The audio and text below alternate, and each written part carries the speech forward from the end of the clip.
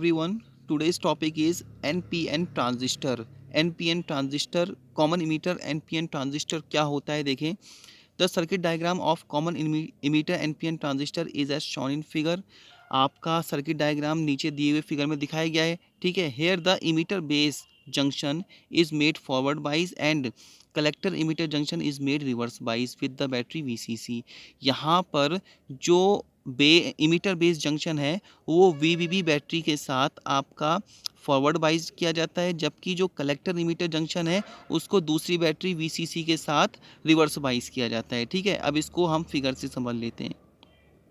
ठीक है. फिर आगे हम सिंबॉलिक डायग्राम की बात करेंगे. ठीक है. अब यहाँ पर देखें जो ब्लॉक डायग्राम है इसमें आपका जो बेस और इमीटर जंक्शन है, ठीक है, वो आपका फॉरवर्ड बाइस किया गया है किसके साथ, वीवीबी बैटरी के साथ. देखो निगेटिव टर्मिनल आपका बैटरी का निगेटिव टर्मिनल आपका इमीटर के साथ कनेक्ट है, यानी कि एन टाइप सेमीकंडक्टर के साथ, और जो पॉजिटिव टर्मिनल है वो पी टाइप सेमीकंडक्टर के साथ कनेक्ट है. तो इस वजह से ये फॉरवर्ड बाइस होता है. जबकि जो आपका कलेक्टर इमीटर या इमीटर कलेक्टर जंक्शन है वो आपका रिवर्स बाइज्ड है. आप यहाँ पर देख सकते हैं जो एन टाइप सेमीकंडक्टर है वो नेगेटिव टर्मिनल के साथ कनेक्ट है, और यहाँ पर भी जो एन टाइप सेमीकंडक्टर है वो पॉजिटिव टर्मिनल के साथ कनेक्ट है. तो अब ऐसी सिचुएशन में हम कलेक्टर को देखते हैं कि वो बैटरी के कौन से टर्मिनल के साथ कनेक्ट है. तो यहाँ पर ये बैटरी के पॉजिटिव टर्मिनल के साथ कनेक्ट है, इस वजह से ये क्या होगा, आपका रिवर्स बाइस होगा. ठीक है ना. इसी प्रकार से आपका सिम्बॉलिक डायग्राम है. ठीक है. सिम्बॉलिक डायग्राम में सिर्फ हम ब्लॉक की जगह पर क्या लेते हैं, एनपीएन ट्रांजिस्टर का सिंबल लेते हैं, और बाकी सारी चीज़ें सेम टू सेम ही होती हैं यहाँ पर. ठीक है. अब यहाँ पर देखें फिगर से हम इसकी वर्किंग को समझ लेते हैं किस प्रकार से वर्क करता है. तो यहाँ पर जो सबसे पहले जो हमारा कलेक्टर रीजन है, देखो कलेक्टर रीजन सबसे बड़ा रीजन होता है. ठीक है. तो इसमें क्या है, आपका कलेक्टर रीजन यानी कि एन टाइप सेमीकंडक्टर है, तो इसमें इलेक्ट्रॉन्स होते हैं, और ये आपका जो बैटरी हमारे पास वीसीसी है इसके साथ ये क्या है, आपका रिवर्स बाइस्ड के साथ जुड़ा हुआ है. कहने का मतलब है कि पॉजिटिव टर्मिनल के साथ जुड़ा हुआ है. तो जो कलेक्टर में इलेक्ट्रॉन्स हैं वो सारे के सारे मूव कर जाएंगे कहाँ की ओर को, पॉजिटिव टर्मिनल की ओर को, और जो कलेक्टर रीजन है वो पूरा का पूरा एम्प्टी हो जाएगा. ठीक है. दूसरी तरफ जो हमारा इमीटर रीजन है, ठीक है, वो भी क्या है, एन टाइप सेमीकंडक्टर है. इसको हमने दूसरी बैटरी यानी वीवीबी के साथ नेगेटिव टर्मिनल के साथ कनेक्ट किया है. ठीक है. तो होगा क्या, अब इलेक्ट्रॉन्स पर भी नेगेटिव चार्ज होता है और ये बैटरी के नेगेटिव टर्मिनल के साथ कनेक्ट है, तो यहाँ पर ये क्या होगा, रिपल्सन होगा, यानी ये जो इलेक्ट्रॉन्स हैं ये रिपल होंगे, और ये सारे के सारे कहाँ की ओर को मूव करने लग जाएंगे, ये सारे के सारे बेस में चले जाएंगे. ठीक है ना. बेस में, अब बेस क्या है, हमारा पी टाइप सेमीकंडक्टर है जो लाइटली डोप्ड है. तो होगा क्या, यहाँ पर जो 5% इलेक्ट्रॉन्स हैं एमीटर के, वो बेस में जो होल्स हैं आपका पी टाइप सेमीकंडक्टर के उसके साथ कंबाइंड हो जाएंगे. ठीक है ना. और इस रीजन में आपका बेस करंट आई भी देंगे. ठीक है. यहाँ पर ध्यान रहे कि जो इलेक्ट्रॉन्स आपका बेस में मूव कर रहे हैं इमीटर से बेस में, तो उसके थ्रू आपका इमीटर रीजन में इमीटर करंट फ्लो होगी IE. ठीक है. और इसके साथ साथ जो 95% इलेक्ट्रॉन्स बच जाएंगे जो आपका इमीटर से मूव कर रहे हैं बेस में, उसमें 95% जो इलेक्ट्रॉन है जो बच जाएंगे वो सारे के सारे आपका कलेक्टर रीजन में चले जाएंगे, जिसकी वजह से यहाँ पर क्या होगा, आपका कलेक्टर करंट IC फ्लो होने लग जाएगी. ठीक है. अब इनकी डायरेक्शन देख लेते हैं.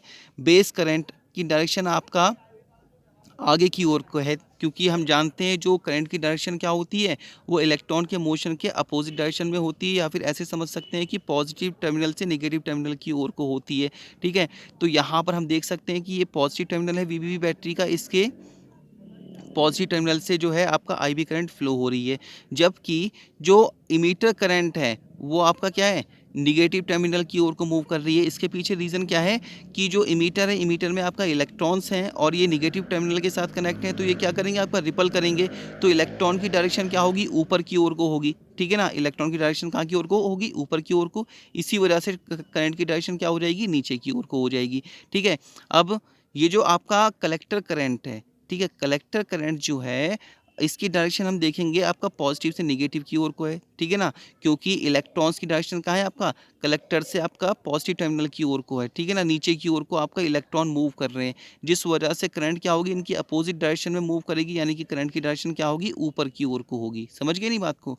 तो ये इसकी वर्किंग है. अब देख लेते हैं इसमें हमें लिखना क्या है. First of all, the electrons from the collector are attracted by the terminal of battery VCC. Battery VCC के टर्मिनल पॉजिटिव टर्मिनल के साथ कनेक्ट होने की वजह से जो कलेक्टर रीजन में जो इलेक्ट्रॉन्स हैं वो सारे के सारे पॉजिटिव टर्मिनल की ओर को मूव कर जाएंगे, जिसकी वजह से जो कलेक्टर रीजन है एम्प्टी हो जाएगा, making the collector region empty. The electrons from the emitter are repelled by the negative terminal of the battery VBB giving the emitter current IE. जो इलेक्ट्रॉन्स हैं आपका इमीटर में वो सारे के सारे रिपल्ड किए जाएंगे आपका नेगेटिव टर्मिनल की वजह से। जो वीबीबी बैटरी लगाई गई है इमीटर के साथ, वो उसमें जितने भी इलेक्ट्रॉन्स होंगे वो रिपल्ड कर दिए जाएंगे, ठीक है। और फिर क्या होगा उसके बाद 5% of electrons get combined with holes in the base. जो 5% इलेक्ट्रॉन्स होंगे मीटर के वो बेस में जितने होल्स होंगे उनके साथ कंबाइंड होंगे, ठीक है, और giving the base current I B, और बेस करंट आई बी देंगे, ठीक है। And remaining 95% will move to the collector giving the collector current IC. और जो 95% जो इलेक्ट्रॉन्स होंगे वो कलेक्टर में चले जाएंगे, और जिसकी वजह से कलेक्टर में आपका कलेक्टर करंट आईसी फ्लो होने लग जाएगी, ठीक।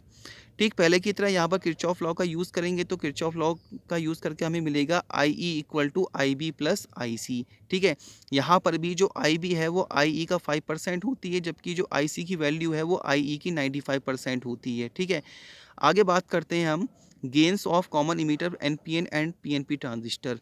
जो कॉमन इमीटर एनपीएन और पीएनपी ट्रांजिस्टर के जो गेन्स हैं वो देख लेते हैं क्या क्या हैं।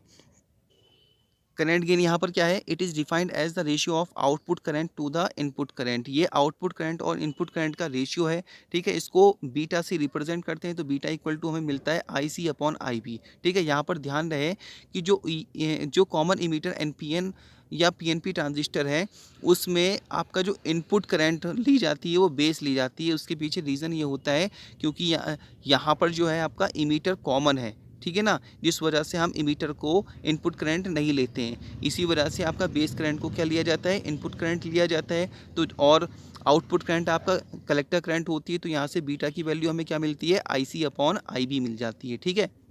सेकंड है हमारा वोल्टेज गेन, ठीक है। ये आपका आउटपुट वोल्टेज और इनपुट वोल्टेज का रेशियो होता है और इसको ए वी से रिप्रेजेंट करते हैं। तो ए वी इक्वल टू हमें मिलता है V C upon V B. अब हम यहाँ पर ओम्स लॉ का यूज़ करेंगे तो V equal to I R मिलता है। तो कल वी सी के लिए क्या हो जाएगा, आई सी आर सी, और वी बी के लिए आई बी आर बी हो जाएगा, ठीक है। अब हम जानते हैं आई सी अपॉन आर बी क्या होता है, आपका बीटा होता है। तो यहाँ से ए वी की वैल्यू क्या मिल जाती है हमें, beta R C upon R B, ठीक है। थर्ड हमारे पास है पावर गेन, ठीक है।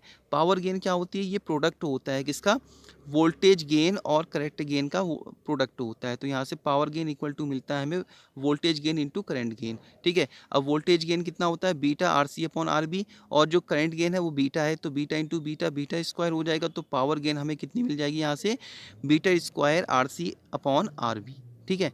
अब इसके लिए एक बहुत ज़्यादा इंपॉर्टेंट क्वेश्चन है जिस पर हम बात कर रहे हैं। वो क्वेश्चन है हमारे पास, why common emitter transistor is use in various applications like amplifier and switch. जो कॉमन इमीटर ट्रांजिस्टर है उसका ज़्यादा यूज होता है आपका एम्पलीफायर और स्विच को बनाने में, ठीक है। क्यों होता है, जबकि हमारे पास कॉमन बेस ट्रांजिस्टर भी होते हैं, तो उनका यूज़ क्यों नहीं होता है, ठीक है। तो यहाँ पर जो सबसे ज़्यादा रोल होता है वो गेन्स का होता है, ठीक है। तो जो हमारे पास कॉमन इमीटर कॉन्फ़िगरेशन होता है उसके लिए जो गेन वैल्यू होती है वो क्या होती है, ग्रेटर देन 1 होती है, यानी कि यूनिटी से बड़ी होती है। जबकि जो हमारे पास कॉमन बेस कॉन्फ़िगरेशन होता है उसके लिए जो गेन्स की वैल्यू होती है वो क्या होती है, लेस देन 1 होती है। जिस वजह से आपका गेन हमें किस में ज़्यादा मिल रहा है, आपका कॉमन इमीटर कॉन्फ़िगरेशन में मिल रहा है। इसीलिए आपका जो कॉमन इमीटर ट्रांजिस्टर है उनका यूज़ ज़्यादा किया जाता है आपका एम्पलीफायर और स्विच बनाने में, ठीक है। तो आज की वीडियो में हमने जाना कि कॉमन इमीटर एनपीएन ट्रांजिस्टर क्या होता है, और जो common emitter PNP NPN transistor में जो हमें गेन्स मिलते हैं वो क्या क्या हैं, और इसके साथ साथ हमने एक बहुत ही इंपॉर्टेंट क्वेश्चन पर बात करी, ठीक है। तो आज की वीडियो में बस इतना ही, मिलते हैं अगली वीडियो में नए टॉपिक के साथ। Thank you so much.